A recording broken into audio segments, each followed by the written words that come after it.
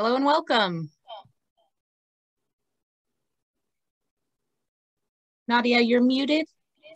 Buenos días, esta conferencia será traducida por medio de subtítulos. Si necesita traducción, por favor, oprima el botón Closed Caption encontrado abajo de su pantalla. Gracias.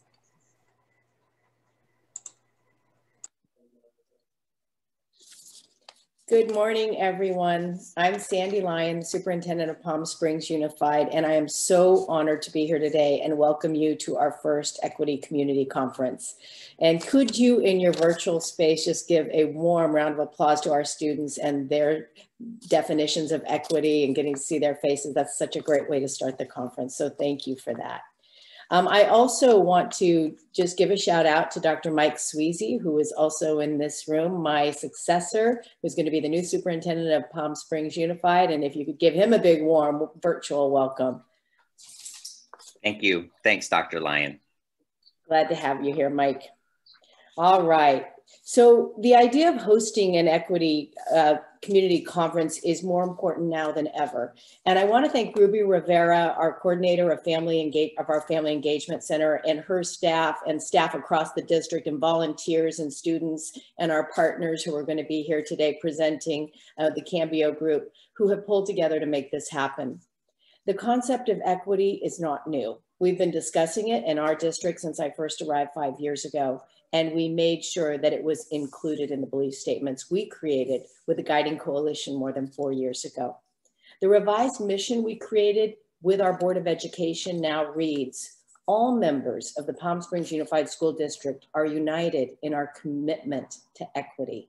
We create deep, meaningful learning opportunities, build professionalism, and engage parents and community to ensure success for all students. All students graduate with the skills, capacities, and confidence needed to succeed in a rapidly changing world. So why does equity matter? Equity means, and you just saw a lot of great definitions from our students about what equity means to them. Equity means giving people what they need, and equality means giving people the same. And to show that distinction, when I first started 5 years ago, I shared a cartoon at the Welcome Back that many of you are probably familiar with. It shows children trying to watch a baseball game over a fence. And when it's equal, they all have the same size box, even though they're different heights. And some of them can't see over the fence. And when it's equitable, they all have the right sized boxes and they're able to see over the fence. And then in the third frame, we show the fence is gone, and that means everybody has access and opportunity in our system. Some of you may have seen an updated version of the cartoon that actually has a fourth frame. And in that fourth frame, it shows reality.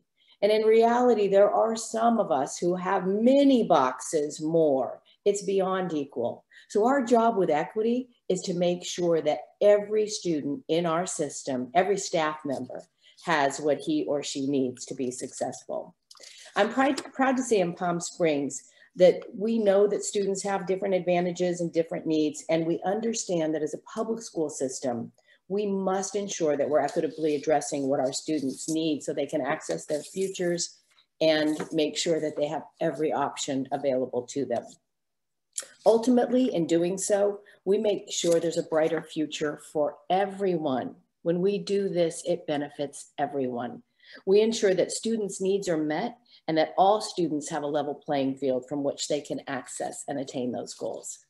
I'm also really proud of our Board of Education, which approved a new diversity and racial equity operational expectation, which is a board policy that will ensure that staff and community are continually working toward the goal of becoming not just a district that respects and promotes diversity, but one that is actually an anti-racist organization as an acknowledgement to the hurdles and obstacles that our students, staff, and families of color regularly face in society, and as a proclamation that we promise to do better for the students and families we serve and the staff who work with us and whom we support. And a big shout out to my colleagues who've been working in the Anti-Racism Coalition, who are community, staff, students, family members who have come together to really promote this work.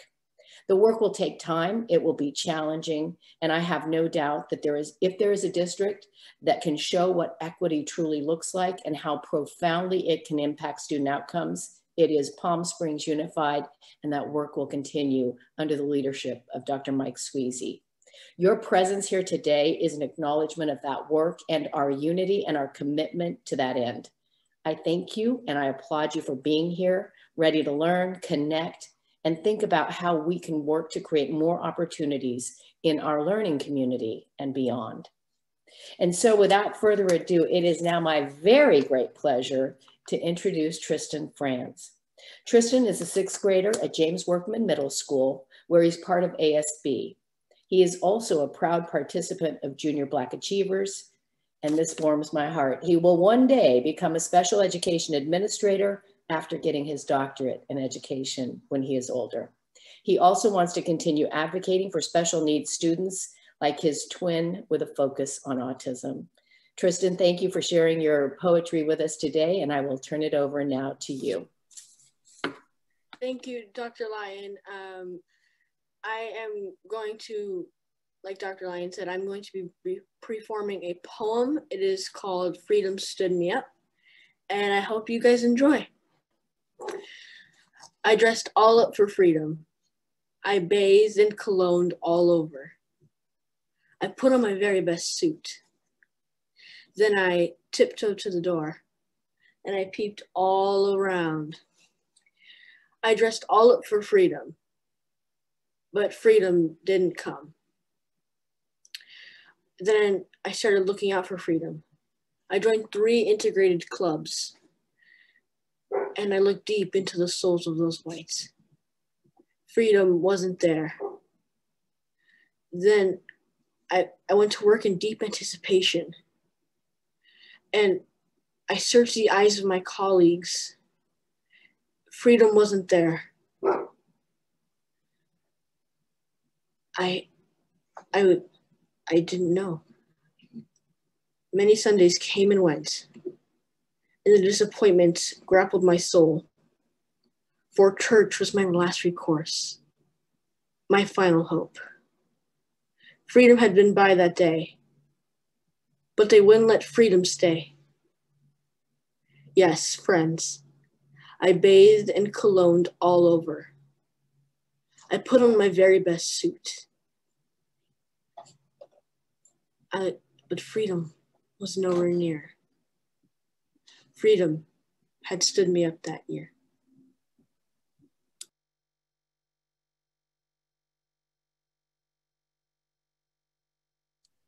Great job, Tristan. Great job. And an unbelievable poem. We want to just recognize all of the young people here. Let's virtually give it up for Tristan for being an amazing youth leader, for being an amazing person, and for the dog in the background that decided that the dog wanted to participate in the conversation. This conference is about equity for all. So shout out to the perro in the background, Tristan, who said, I need to be heard, but I'm so glad that the dog did not run out into the space. So who am I? I am Dr. Lamarr Darnell Shields in the building and so excited to be the keynote speaker for Rise Up Equity Community Conference. And so I'm so excited about this day. Again, shout out to Tristan, shout out to Dr. Lyon, Ruby Rivera, and all the students who chimed in, who gave their definition of equity. And I just want all the parents right now to clap for all the volunteers, because this is a great time and a great space. I'm Dr. Lamarr Darnell Shields, coming all the way from the East Coast. Of course, I'm rocking my new shirt, Black Dad, Black Father, because I am a Black and brown dad. Yo soy boricua también. So I am coming from Baltimore, Maryland, but very familiar with your school district. Spent a lot of time out there, and I'm so excited that they allowed me to come hang out with you as a parent. I know the struggles of being a parent. Do you feel like you're fighting a losing battle? I know that struggle against the culture, against social media, video games, sometimes even against your spouse and your own kids. Do you feel like you're fighting sexism and racism and implicit bias?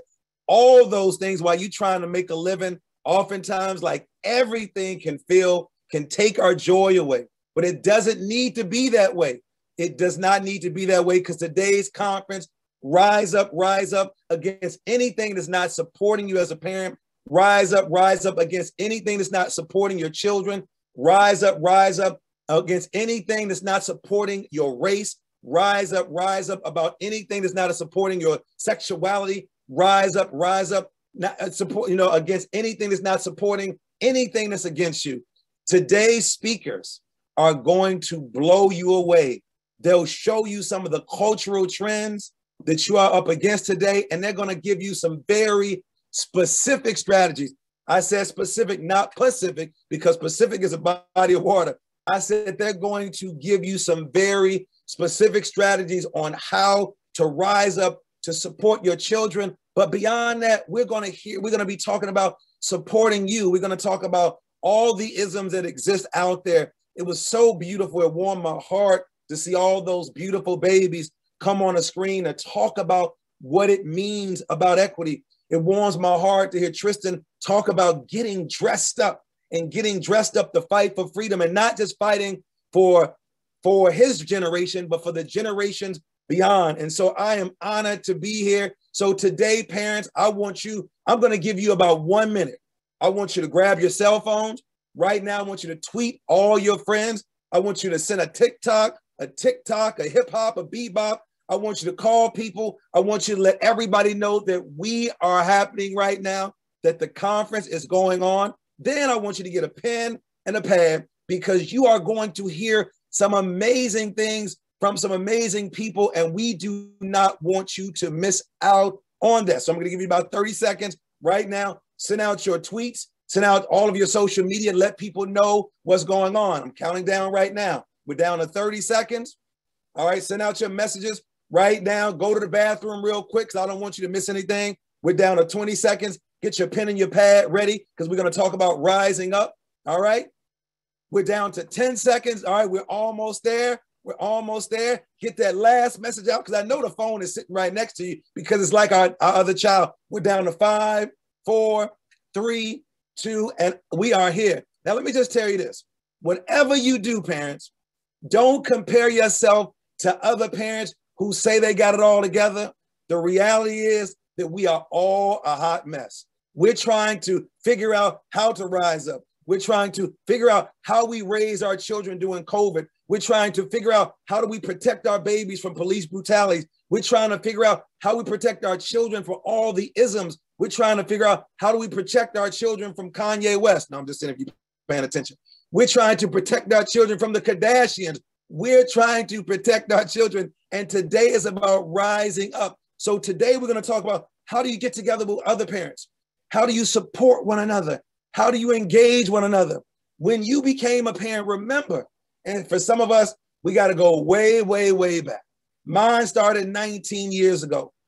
When you became a parent, remember that don't allow anything in your life that you didn't want reproduced in your children to come back up because what you did. We have an opportunity to change our lives. When I became a parent 19 years ago, as a parent, everything stopped. That beautiful ball of joy came home. I called her Mariposa. Mariposa, of course, which means butterfly in Spanish. Her name is Hadaya. That beautiful joy came home, but it did not come. It did not come with warning labels. She did not come with a book. She did not come with a CD. She did not come with a DVD. I had to learn on my own. But one thing I want to remind you of is this. Don't worry that the children never listen to you. Worry that they're always watching. Our children are watching us on a day-to-day basis. They're listening to the conversations that we're having with our abuelita down the street. They're listening to the conversation that we're having with our neighbor next door. They're listening to what we watch. They're listening and observing what we're reading. And so we have to be mindful that they're not just listening, but worried that they're always watching. And the reality is our kids do this.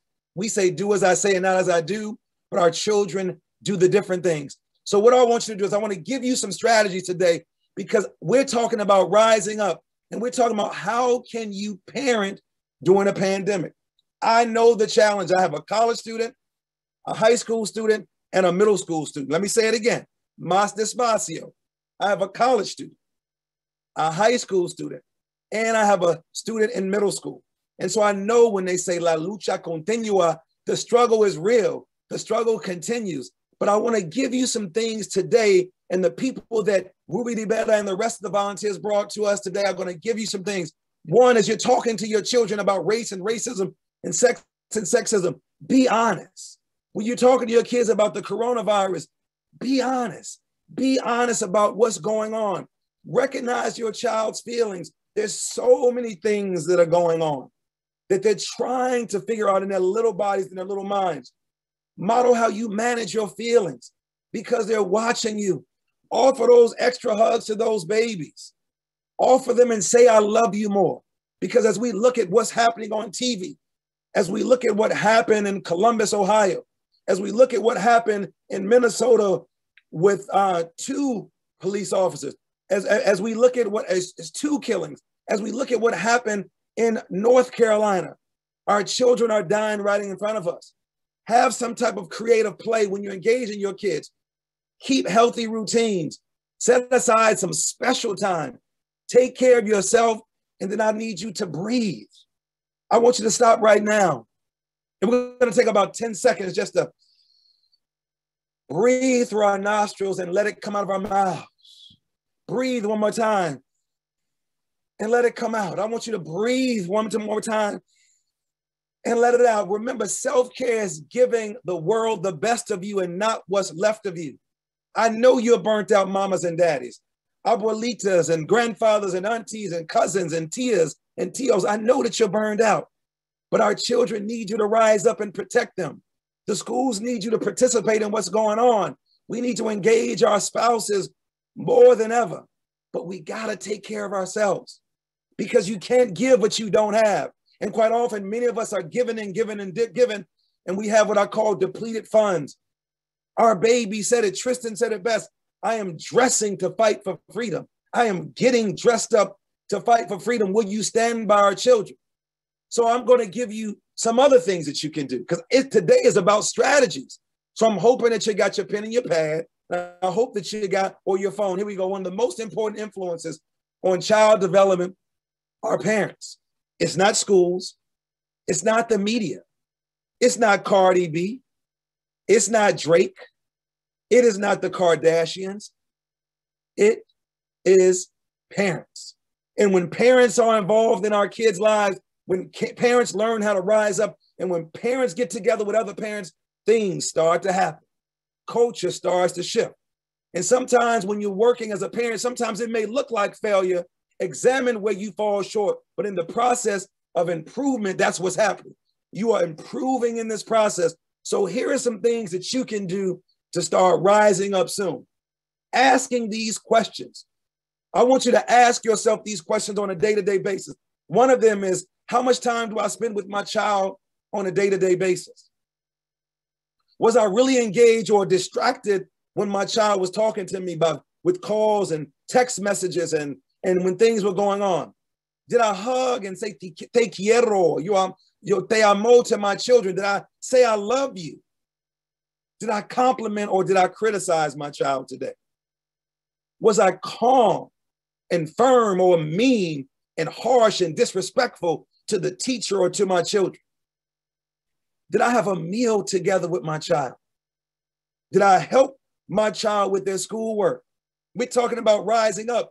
Did I read with my child? Did I pray with my child? Did I meditate with my child? Did I listen or did I lecture?